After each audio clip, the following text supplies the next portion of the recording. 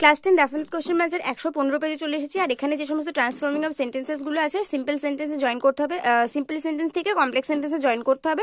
তো এগুলোকে আমরা সলভ করে নিই 115 থেকে 116 পাতা পর্যন্ত। তোমাদের মধ্যে থেকে একজন ফ্রেন্ড আমাকে কমেন্ট করেছিল যাতে এটা আমি করে দিই। তো চলো 115 থেকে 116 পাতা পর্যন্ত সলভ করে নিই। তার আগে যারা চ্যানেলে নতুন, চ্যানেলটিকে সাবস্ক্রাইব করে পাশে থাকা বেল আইকন প্রেস করে দিও, আর অল বাটন অন করে দাও যাতে আমি ভিডিও আপলোড করার সাথে সাথে তোমাদের কাছে নোটিফিকেশন চলে যায়। তো দেখো, প্রথমে বলি, আমাদেরকে সবসময় বাংলাটা ভাবতে হবে। বাংলাটা ভেবে ইংলিশটা যদি আমরা করি তাহলে কিন্তু আমাদের কোনো ভুল হবে না। তো এখানে সিম্পল থেকে কমপ্লেক্স করার অনেকগুলো নিয়ম তোমরা দেখতে পেয়ে গেছো। এগুলো একটু ভালো করে যদি তোমরা লক্ষ্য করো তাহলে তোমরা এগুলো বুঝতে পেরে যাবে।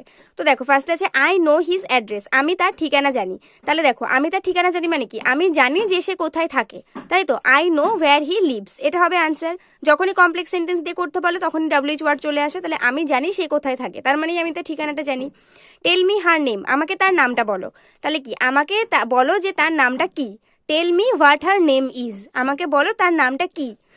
হি is a wise man, he is a man who is wise, সে হলো একটা জ্ঞানী মানুষ। তাহলে সে হলো একটি মানুষ যে কিনা জ্ঞানী। হি is a man who is wise.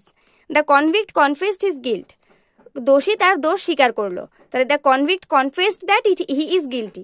তাহলে কনভিক্ট কনফেস করলো যে সে হলো দোষী। এটা তোমরা আরেক রকম ভাবে করতে পারো, কি? The convict confessed that it was his guilt, এরকম করেও করতে পারো। আবার আমার মনে হয় এটাই সব থেকে বেটার হবে। The convict confessed that he is guilty, convict স্বীকার করলো যে সে হলো দোষী। আই আস্কড হার এজ, আমি তার বয়স জিজ্ঞাসা করলাম। ওই টেল মি হার নেমের মতনই হবে, যে আমি জিজ্ঞাসা করলাম তার বয়সটা কত। I asked what her age was, যেহেতু এটা পাস্ট টেন্সে আছে তাই ওয়াজ হলো, এটা প্রেজেন্ট টেন্সে ছিল তার জন্য ইজ হয়েছিল। He is a happy man, সে হলো একটা সুখী মানুষ। তাহলে সে হলো একটা মানুষ যে কিনা happy. He is a man who is happy. Next পেজে আছে Tom is a good boy, তাহলে টম হলো একটা ভালো ছেলে। টম হলো একটা ছেলে যে কিনা ভালো। Tom is a boy who is good. He came at 7 PM, সে 7টার দিকে এসেছিল। তাহলে তখন 7টা বাজছিল যখন সে এসেছিল।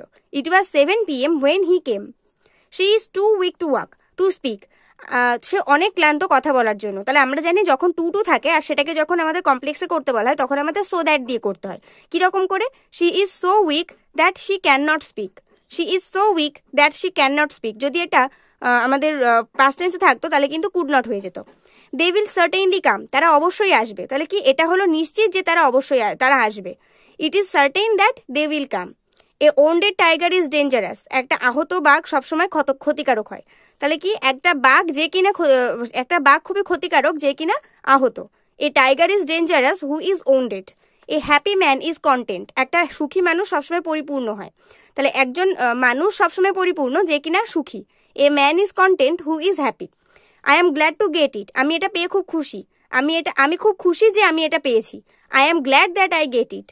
In spite of his poverty she is happy, তার দারিদ্রতা সত্ত্বেও সে সুখী। আমরা জানি ইনস্পাইট অফ থাকলে কমপ্লেক্সে করতে বললে দো দিয়ে হয়, আর কম্পাউন্ডে বাট দিয়ে হয়। তাহলে কমপ্লেক্সে করছি যখন তাহলে দো দিয়ে করব। Though he is poverty, she is happy, যদিও সে গরিব তবুও সে সুখী। আই বিলিভ ইউর ওয়ার্ড, আমি তোমার কথা বিশ্বাস করি।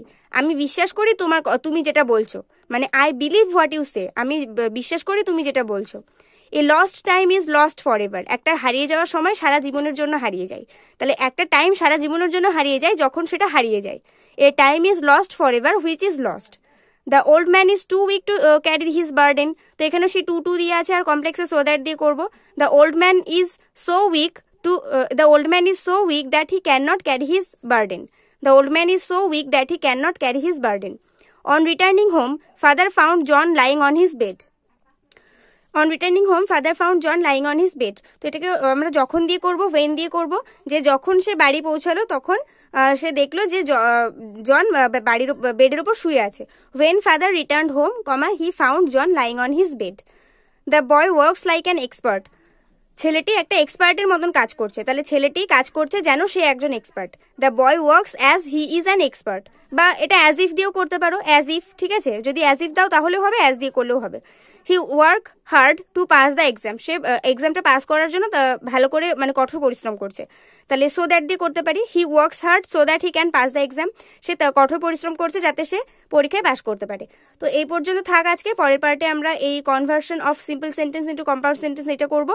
আর আজকে ভিডিওটা কেমন লাগলো সেটা অবশ্যই কমেন্টে জানিও। নেক্সট পার্টে দেখা হবে। ততক্ষণ পর্যন্ত সবাই ভালো থাকো, সুস্থ থাকো, মন দিয়ে পড়াশোনা করতে থাকো। আর এই ভিডিওটা একটু লাইক করে দিও, বন্ধুদের সঙ্গে অনেক শেয়ার করে দিও।